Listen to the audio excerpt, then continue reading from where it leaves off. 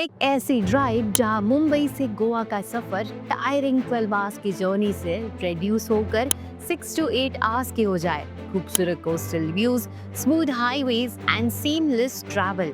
लेकिन सवाल ये है, जब मुंबई गोवा हाईवे पूरी तरह ऑपरेशनल हो जाएगा तो पनवेल से रत्नागिरी और आगे के रियल एस्टेट मार्केट में सबसे बड़ा चेंज क्या होगा? डिमांड का एक्सप्लोजन या लॉन्ग टर्म प्राइस अप्रिसिएशन? चलिए समझते हैं।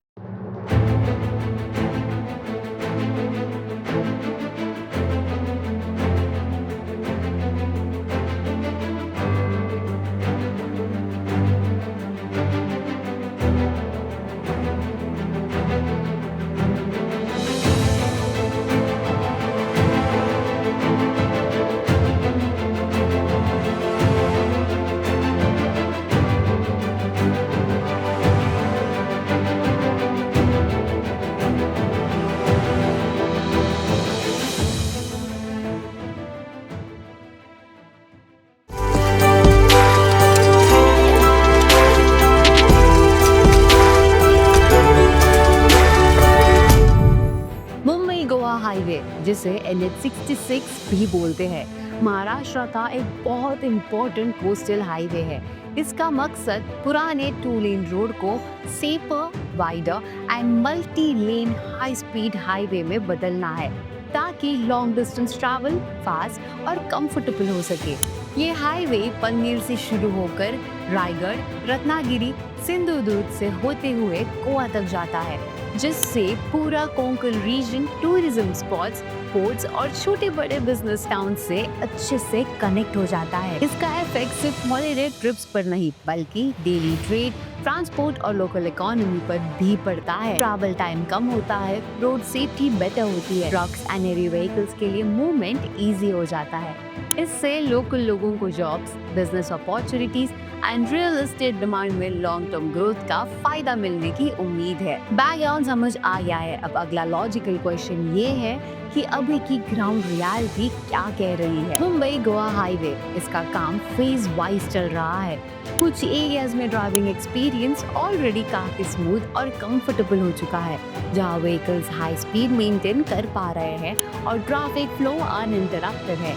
लेकिन कुछ जगह पर divergence, incomplete flyovers and narrow stretches की वजह से स्पीड स्लो हो जाती है एंड कम्यूटर्स को थोड़ा इनकन्वीनियंस फील होता है। साथ ही कुछ बाईपास सेक्शंस अभी भी कंस्ट्रक्शन स्टेज में है, जिनके कंप्लीट होते ही long distance continuous drive possible हो जाएगी, जिससे ट्रैवल कन्वीनियंट एंड प्रेडिक्टेबल हो जाएगा। ओवरऑल शॉर्ट टर्म डिलेज है, लेकिन लॉन्ग टर्म डायरेक्शन पॉजिटिव है।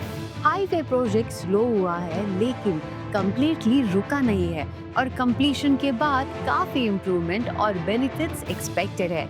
अब हम सीधा उस टॉपिक पर चलते हैं जहां सबका फोकस होता है। हाईवे अपग्रेड के बाद कनेक्टिविटी का सबसे पहला इफेक्ट लाइफस्टाइल पर दिखाई देता है। लोग सिटी के सेंटर से दूर रहने को रेडी हो गए हैं, क्योंकि ट्रैवल प्रेडिक्टेबल और कंफर्टेबल हो गया है।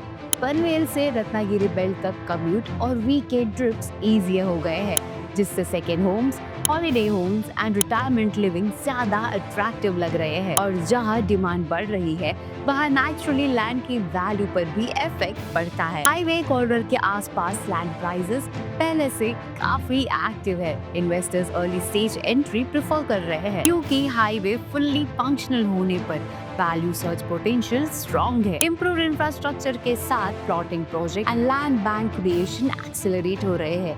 लोकल लैंड ओनर्स भी कनेक्टिविटी ड्रिवन प्राइस अप्रिसिएशन समझकर ज्यादा एक्टिव हो गए हैं। अब एक्सेसिबिलिटी और लैंड वैल्यू के बाद बात करते हैं टूरिज्म और हॉस्पिटैलिटी के इम्पैक्ट की। गोवा और कोंकण कोस्ट टूरिज्म के लिए फेमस है और हाईवे से एक्सेस इजी होने पर रियल एस्टेट का स्कोप और स्ट्रॉन्ग हो गया है। Home stage, holiday Vilas, short stay rentals and hospitality properties की डिमांड ग्रो हो रही है। वीकेंड और वेकेशन होम्स का ट्रेंड एक्सेलरेट हो रहा है एंड होटल्स, रिसोर्ट्स और रेस्टोरेंट्स के लिए कमर्शियल अपॉर्चुनिटीज एक्सपैंड हो रही है। टूरिज्म के ग्रोथ के साथ ट्रेड और लॉजिस्टिक्स का इफेक्ट भी नेचुरली रियल एस्टेट को पुश करता है। हाईवे से लॉजिस्टिक्स और ट्रांसपोर्ट सेक्टर बूस्ट हो रहा है। Coastal corridor trade, fisheries and port link good movement efficiently handle हो रहे हैं। जहां बिजनेस एंड कॉमर्स ग्रो होता है, वहां जॉब्स क्रिएट होती है एंड वर्कफोर्स के लिए रेसिडेंशियल डिमांड राइज होती है। Warehouses and transport hubs भी डेवलप हो रहे हैं जो इंडस्ट्रियल एंड रेसिडेंशियल मार्केट्स दोनों को सपोर्ट करते हैं। ओवरऑल मार्केट सेंटिमेंट पॉजिटिव है। Buyers and investors Mumbai Goa highway को एक लॉन्ग टर्म गेम चेंजर के रूप में देख रहे हैं।